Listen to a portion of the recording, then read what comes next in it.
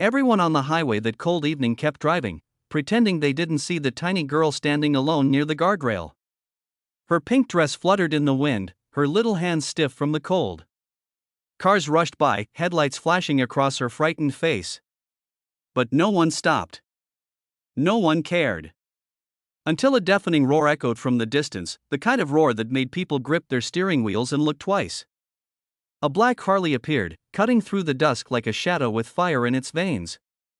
The rider, tattooed, leather-clad, and carrying the reputation of someone you never cross, slowed down. The little girl lifted one trembling hand. A rescue signal. A desperate one.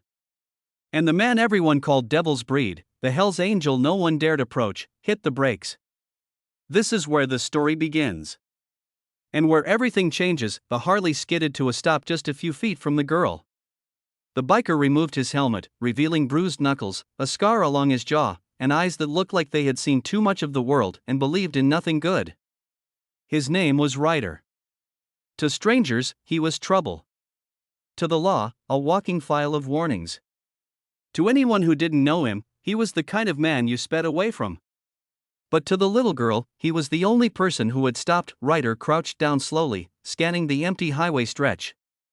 "Where's your mom, kid?" he asked, trying to keep his voice from sounding as dangerous as he looked. She swallowed hard. "Be back there, my mom, she needs help. She can't move." Ryder froze.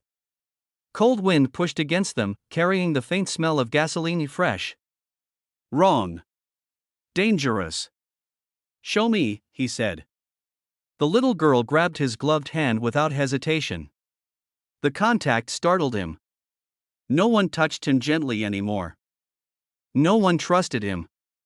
Yet here was this small, shaking child clinging to him as if he were the safest thing in the world. They walked down the incline beside the road, and Ryder's chest tightened when he saw the crushed car at the bottom of the ditch, smoke rising, the metal bent around a massive fallen branch. A woman slumped inside, blood on her forehead, head hanging. Ryder moved instantly.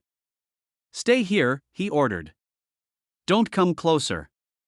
He slid down the embankment, boots digging into mud. The car door was jammed. He tugged. It didn't budge. He cursed under his breath, stepped back, and slammed his shoulder into the metal until it gave way with a shriek. The woman's pulse was faint. He lifted her carefully, trying not to worsen her injuries, and carried her out. When he made it back to the girl, she let out a cry and hugged her mother's limp hand. "Is she gonna die?" she whispered. Ryder didn't lie. "Not if I can help it." He placed the woman on the ground and checked her breathing. Shallow. Weak. He pulled out his phone, no signal. The highway was too far, the ditch too deep. "Okay," he exhaled. "Listen carefully." He knelt so he was eye level with the girl. "I need you to be brave. What's your name?" "Lily." "Lily, your mom is hurt. I can take you to the road, get someone to stop, get help here faster. But I can't carry both of you at once. If I take you first, she'll be alone for a few minutes. If I take her first, you'll be alone." Lily wiped her tears with her sleeve. "Take her," she whispered. "Mommy first. I'm not scared." Ryder felt something inside him crack, something he thought had died long ago. "You're stronger than most grown men I know," he said, then carried her mother up the incline. It took 3 trips, first the mother, then Lily, then retrieving the mother again. His shoulder burned. His breath came heavy. But he didn't stop. Just as he placed them both safely near the guardrail, a truck slowed down. Ryder flagged it. The driver called emergency services. Ryder wrapped his leather jacket around the woman. Lily hugged his arm. "You won't leave, right?" Ryder felt something new, foreign. "I'm not going anywhere." Sirens arrived. Paramedics rushed in. One eyed Ryder suspiciously, but Lily took his hand. "He saved us," she insisted. "He's our hero." Ryder didn't feel like one, but her trust lit something inside him. When the mother was lifted onto the stretcher, Lily begged Ryder to come along.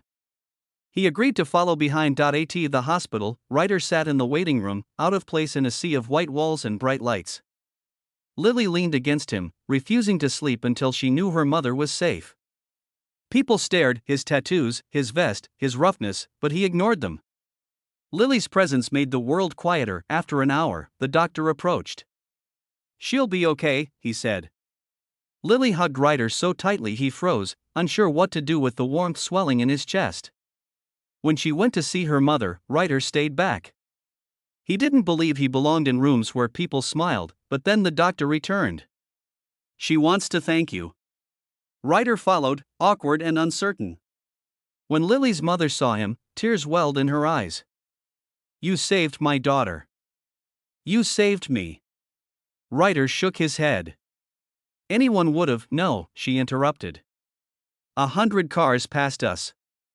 You were the only one who stopped." Lily climbed onto the bed and grabbed her mother's hand. "I told you he's a hero." The woman looked at Ryder with soft gratitude. "You have a good heart, even if the world doesn't see it."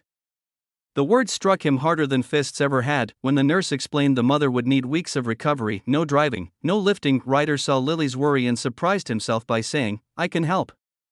Rides. Groceries. Whatever you need." Lily's mother's voice broke. "Thank you, that's more kindness than we've known in a long time." Days passed. Then weeks. Ryder drove Lily to school safely, her arms wrapped around him. He brought groceries, fixed their door, sat with the mother during painful evenings, and learned how to make Lily's favorite hot chocolate. The feared biker became the guardian no one expected. One evening, Lily's mother looked at him with soft eyes. "You didn't just save us that night," she said. "You changed our lives." Ryder swallowed. "Funny thing is, you changed mine." Lily crawled between them on the couch and held their hands. "Then we keep each other forever."